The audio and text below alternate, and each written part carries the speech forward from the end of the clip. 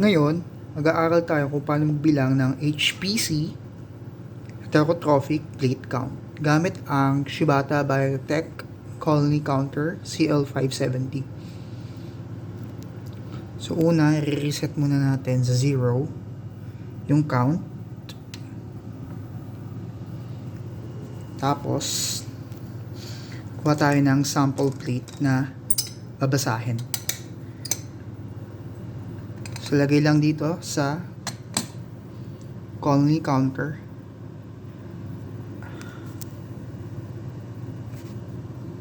At dito makikita yung mga maliliit na pakisukat, mga squares.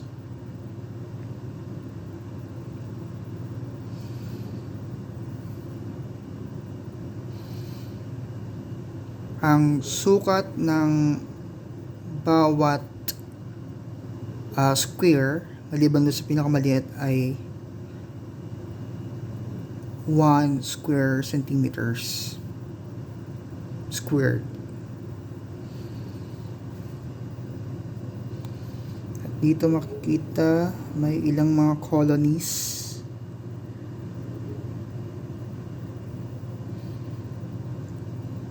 Na pwedeng bilangin. Ngayon kukuha tayo ng marker para bilangin yung mga colonies na yun.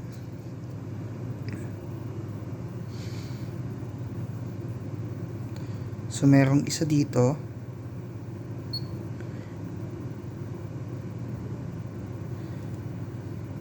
Isa dito.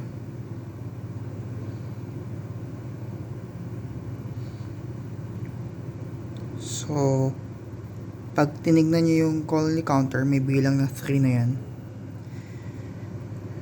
Then mag-identify pa tayo ibang mga colonies.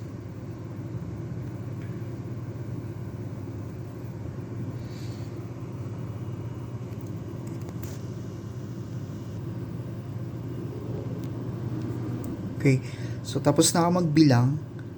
At sa nabilang ko may 47 colonies. Usually mga white opaque round colonies yung tumutubo sa ating plate count agar after 24 hours. At dahil 47 counts to, i-overestimate natin, round up natin sa 50. So 50 yung estimated colony forming units per ml.